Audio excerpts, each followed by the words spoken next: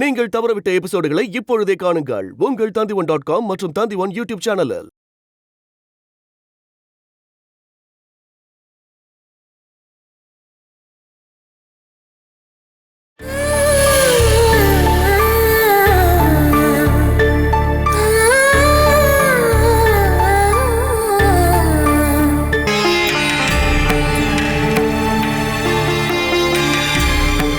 மனோஜ் வாங்க உட்காருங்க.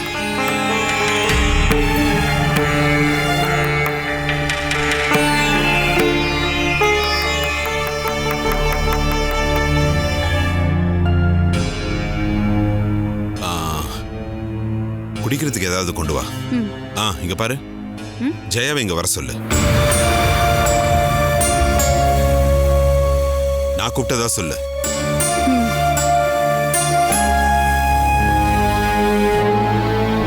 நீங்க ரெண்டு பேரும் இப்படி ஒரே மாதிரி அடம் பிடிச்சுக்கிட்டே இருந்தீங்கன்னா இந்த பிரச்சனைக்கு ஒரு தீர்வே கிடைக்காது. நான் என் பொண்டாட்டிக்கிட்டையும் பொண்ணுகிட்டையும் காட்டுற பாசத்துக்கும் அன்புக்கும் எந்த குறையும் வச்சதில்லை. என் மனசாட்சிக்கு எதிராக நான் நடந்துக்கிட்டதும் இல்லை. அந்த நம்பிக்கை இருந்ததுனால தான் நான் ஜெயாவை கூப்பிட வந்திருக்கேன். அவ சொல்றதையும் நாம கேட்கணும்ல.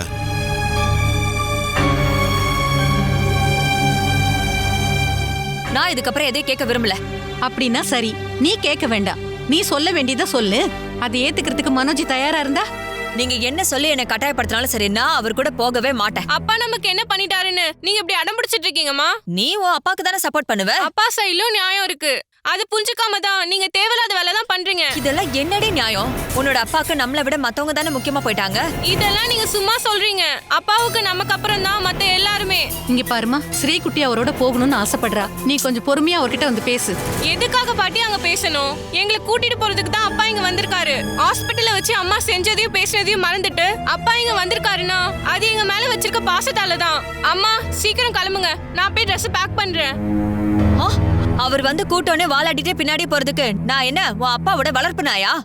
அந்தஸ்தா இருக்கிற குடும்பத்துல தான் நானும் பிறந்திருக்கேன். அந்த அந்தஸ்து நஷ்டப்படாம இருக்கதான் நான் இப்ப சொல்லிட்டு இருக்கேன். நீ போய் மனோஜ் கிட்ட பேசிட்டு வா. நான் போய் பேசுறேன். நான் சொல்றத அவர் ஏத்துக்கிட்டாருன்னா நான் கூட போறேன். இல்லனா இது எங்க ரெண்டு பேருக்குள்ள இருக்கிற கடைசி பேச்சுவார்த்தையா இருக்கும்.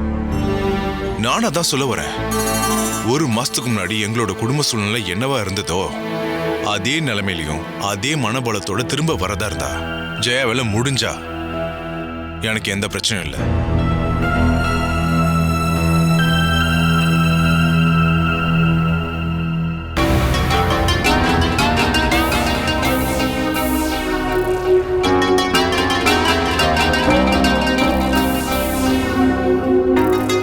நீங்க வந்து உட்காரு.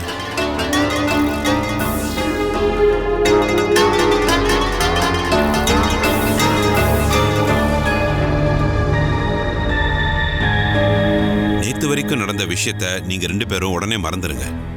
உங்க கூட அப்பா அம்மா அண்ணன் தம்பிங்க எப்பவுமே உங்க கூட இருக்க மாட்டாங்க. உங்களுக்குள்ள சண்டை சச்சரவு இல்லாம எப்படி கொண்டு போகணும்னு நீங்க ரெண்டு பேரும் மனசார முயற்சி பண்ணுங்க. நீங்க சொல்லுங்க, இவளுக்காக நான் என்ன பண்ணுமோ பண்றேன். இவங்க ரெண்டு பேரையும் கூட்டிட்டு போக தான் இங்க வந்திருக்கேன். இவங்க வரதா இருந்தா வரட்டும், இல்லனா இங்க இருந்து வேற யாராவது தான் கூட்டிட்டு வந்து விடுற மாதிரி இருக்கும். இப்போதைக்கு நான் அங்கெல்லாம் வரமாட்டேன். இப்போதைக்கு இல்லனா வேற எப்போ? அதை இன்னும் முடிவெடுக்கல. எப்போ நீ முடிவெடுப்ப? நான் சொல்றது உன் காதுல விழல. நீ வர போறத பத்தி எப்போ முடிவெடுப்ப? வேணுக்கு நீங்க கிட்னி கொடுக்க போறேன்ற விஷயத்தை எப்ப வாபஸ் வாங்குறீங்களோ அப்பதான்.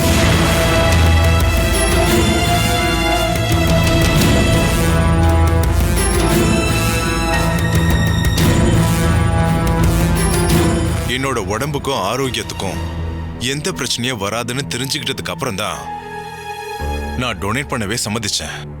அது நம்ம குடும்ப வாழ்க்கையை எந்த விதத்திலையும் பாதிக்காத. அது என்ன பாதிக்கும்?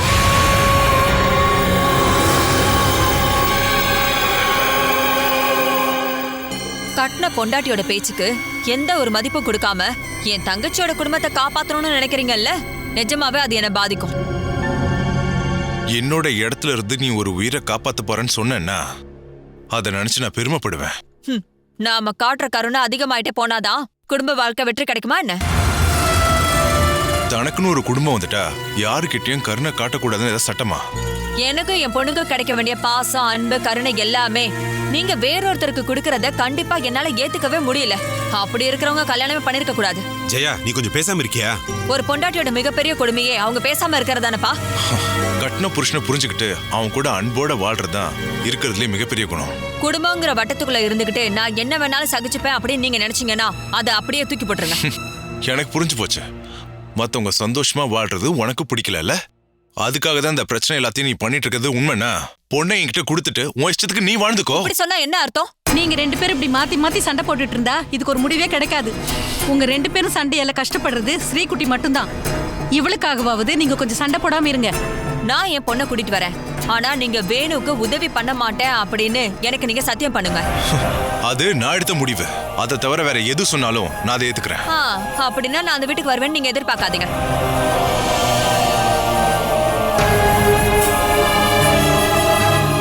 என்ன எதுவுமே சொல்ல மாட்டேங்கிறீங்க? சரி, நீ எடுத்த முடிவுப்படியே நடக்கட்டும். நான் கொடுத்த வாக்க காப்பாத்தி ஆகணும். இல்லனா நான் சாகணும்.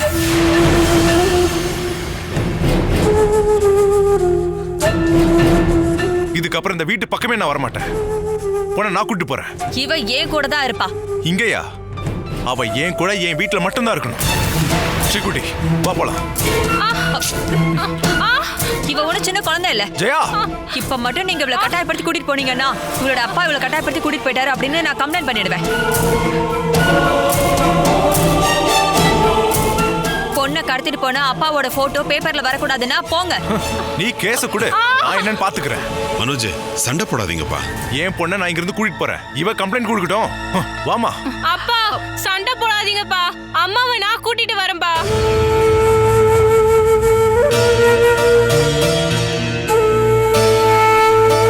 ப்ளீஸ் அப்பா, சண்டை போடாதீங்க. நீங்க போங்கப்பா. வருவாங்க, நான் கூட்டிட்டு வரேன்பா.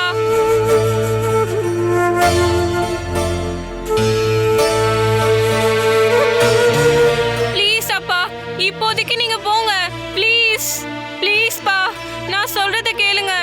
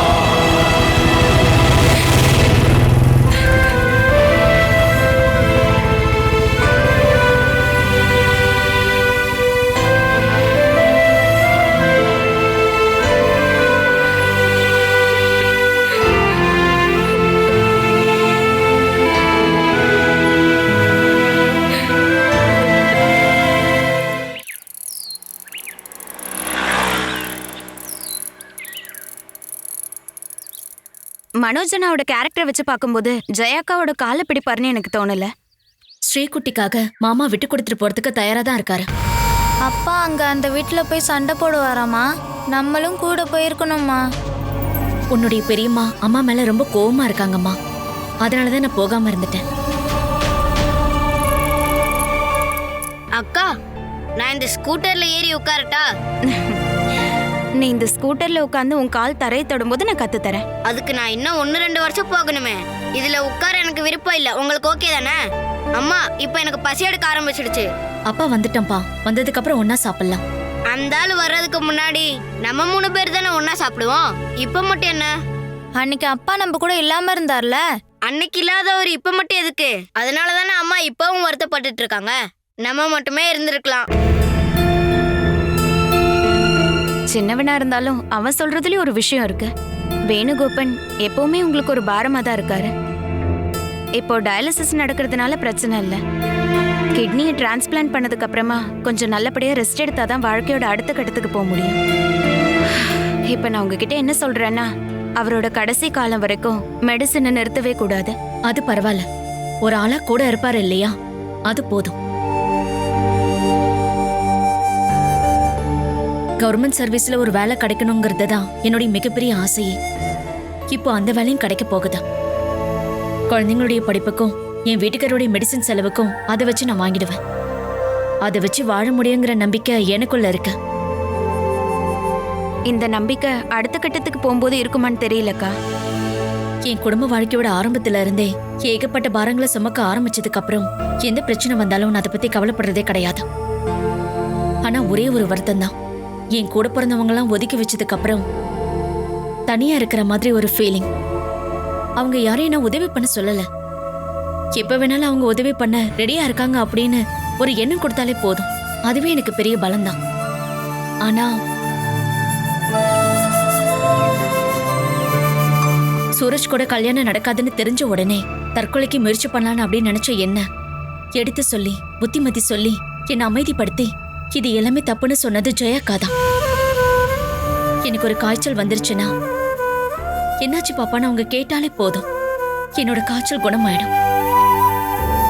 எங்க அம்மாவை விட அவங்க தான் என்னை தாளாட்டி சீராட்டி வளர்த்து ஆளாக்குனாங்க. இப்ப என்னால ஜெயாக்கோட வாழ்க்கை நாசமா போகும்போது என்னால எப்படி நிம்மதியா வாழ முடியும் சித்தாரா? அம்மா அழுவாதீங்கம்மா. அப்பா போயிட்டு வந்ததுக்கு அப்புறம் என்ன நடந்துச்சுன்னு கேட்போம்மா.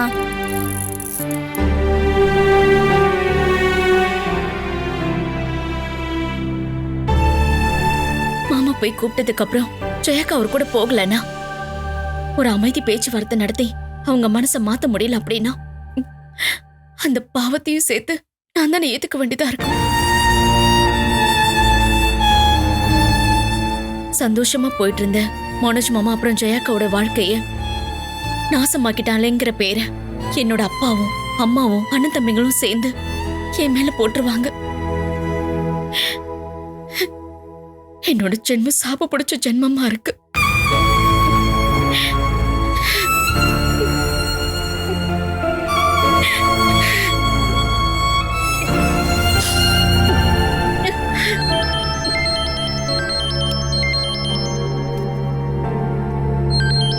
அண்ணன்தா.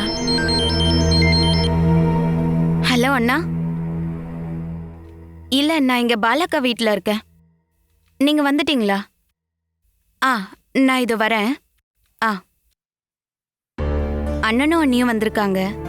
நான் போயிட்டு சாயந்தரமும் இல்ல நாளைக்கு வரேன். வரேம்மா.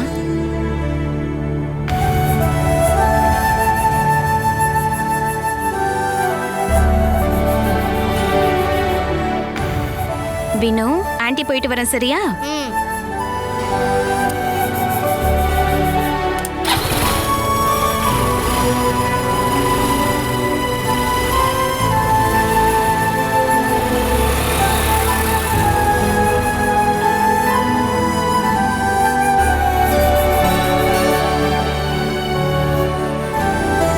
அம்மா நீங்க கவலைப்படாதீங்க.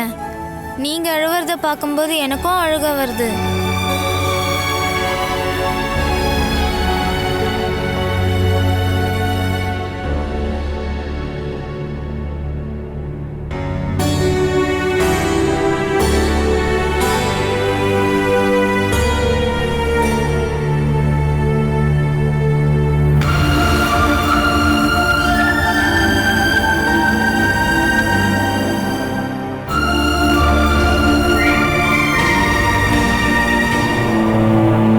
யாருக்காக சாகலான்னு போன? அப்பாவே அம்மாவே பழி வாங்குவா, இல்ல எங்க மானத்தை வாங்குவா? நீ தற்கொலை பண்ணிக்க போற அளவுக்கு நாங்க என்ன பண்ணிட்டோம்?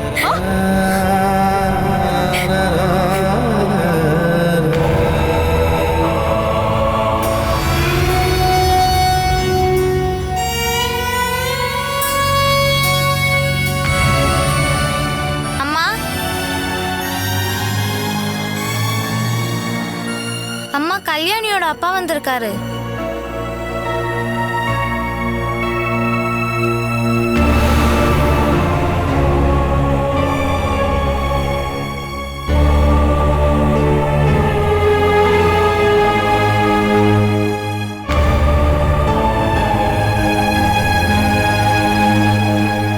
ஜெயாக்கா பண்ண இந்த விஷயத்துக்காக மனசளவுல நீ தான் வருத்தப்பட்டிருப்பேன்னு எனக்கு நல்லாவே தெரியும்.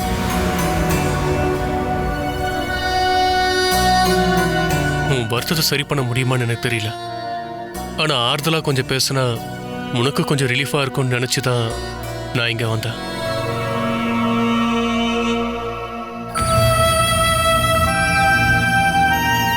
வினு என் கூட வா. எதுக்கு? என் கூட வாடா, நான் சொல்றேன்.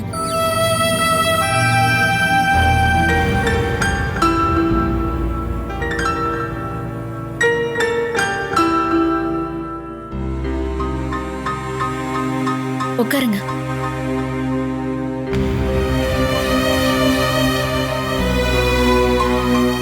ஜெயாக்கா ஹாஸ்பிட்டல்ல இருந்து உங்க வீட்டுக்கு தானே போயிருக்காங்க?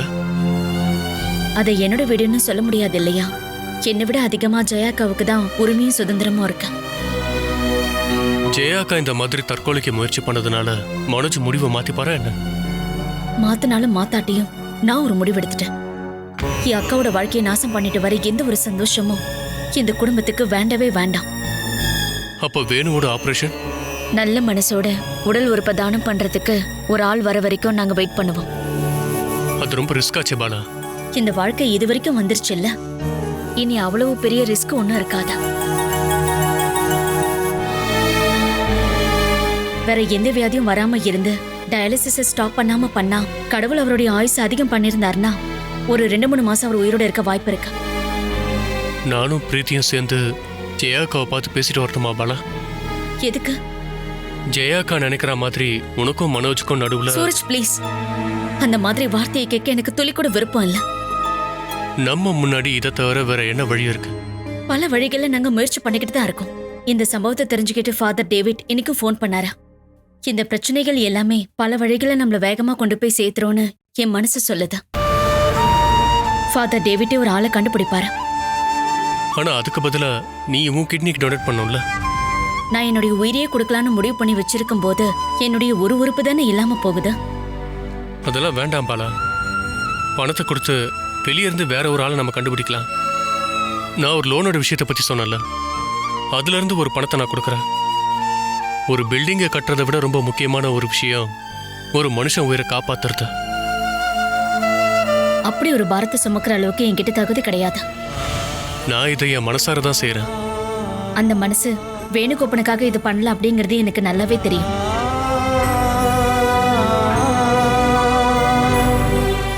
முதல்ல காதலிச்ச ஒரு பொண்ணோட புருஷன்கிட்ட காட்டுற ஒரு அனுதாபம்,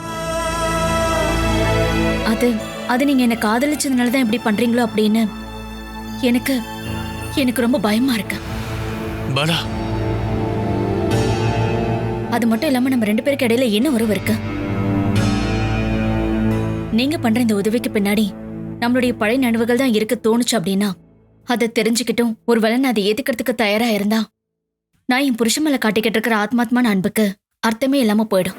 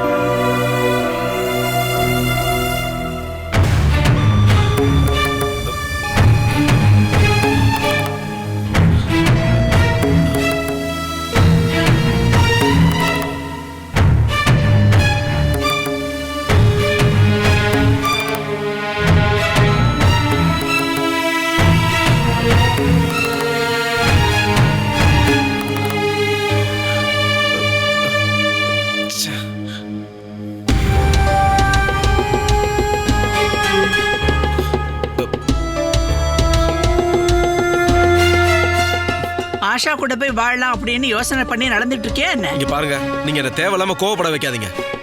அவளோட பணத்தை எதிர்பார்த்து நீ மட்டும் அங்க போன அப்படின்னா அவங்க வீட்டோட மாப்பிள்ளையாவே வச்சுக்குவாங்க. அவங்களும் பாலா குடும்பத்தை சேர்ந்தவங்க தானே. ஆம்பளைங்களை எப்படியெல்லாம் வளைச்சு போடணுமோ அது எல்லாத்தையும் பண்ண கொஞ்சம் கூட யோசிக்க மாட்டாங்க. ஓ, நம்ம வேணு எப்படி கம்பீரமா சுத்திட்டு இருந்தான். இப்ப பார்த்தல, எப்ப பார்த்தாலும் அவ பின்னாடியே சுத்தி சுத்தி வரான். பாலாவோட அக்கா பண்ண விஷயம் உனக்கு தெரியுமா? அவளோட புருஷனுக்கும் பாலாவுக்கும் இடையில இப்ப கள்ள தொடர்பு இருக்கு. அத சாக்கா வச்சு அவ அக்கா தற்கொலைக்கு முயற்சி பண்ணிருக்கா. இப்ப சண்டை போட்டுக்கிட்டு அவ அம்மா வீட்டுக்கு போயிட்டா. அவங்க குடும்பத்துல பொம்பளைங்க யாருமே சரி கிடையாதுடா. நீ ஆஷா கூட மட்டும் போனேன்னா உன் நிலைமையும் இதே மாதிரி தான். ஐயோ, இந்த போனால யாருக்கிட்டையும் நிம்மதியா பேச கூட முடியல. எப்ப பார்த்தாலும் அடிச்சுக்கிட்டே இருக்கு. பேசாம போங்கம்மா.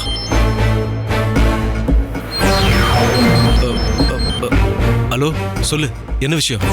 எல்லாமே ரெடி. அவன் அவனோட மாமியார் வீட்டுல இருந்து வெளியே வரும்போது சம்பவம் நடக்கும்.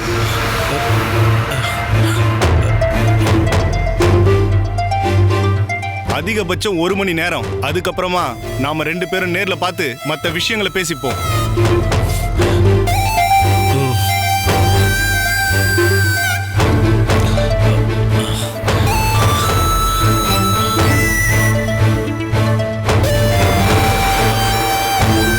போன்ல யாருடா? அது வந்து என்னோட ஃப்ரெண்டுமா. ஓ, உனக்கு கொஞ்ச நாளாவே உன் ஃப்ரெண்டுங்க கிட்ட இருந்து போன் எல்லாம் அதிகமா வருது.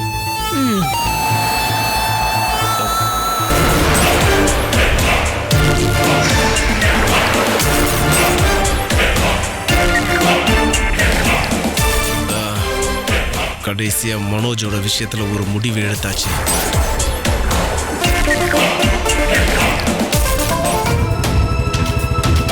Catch us on TV, Tandivan.com, Facebook and YouTube.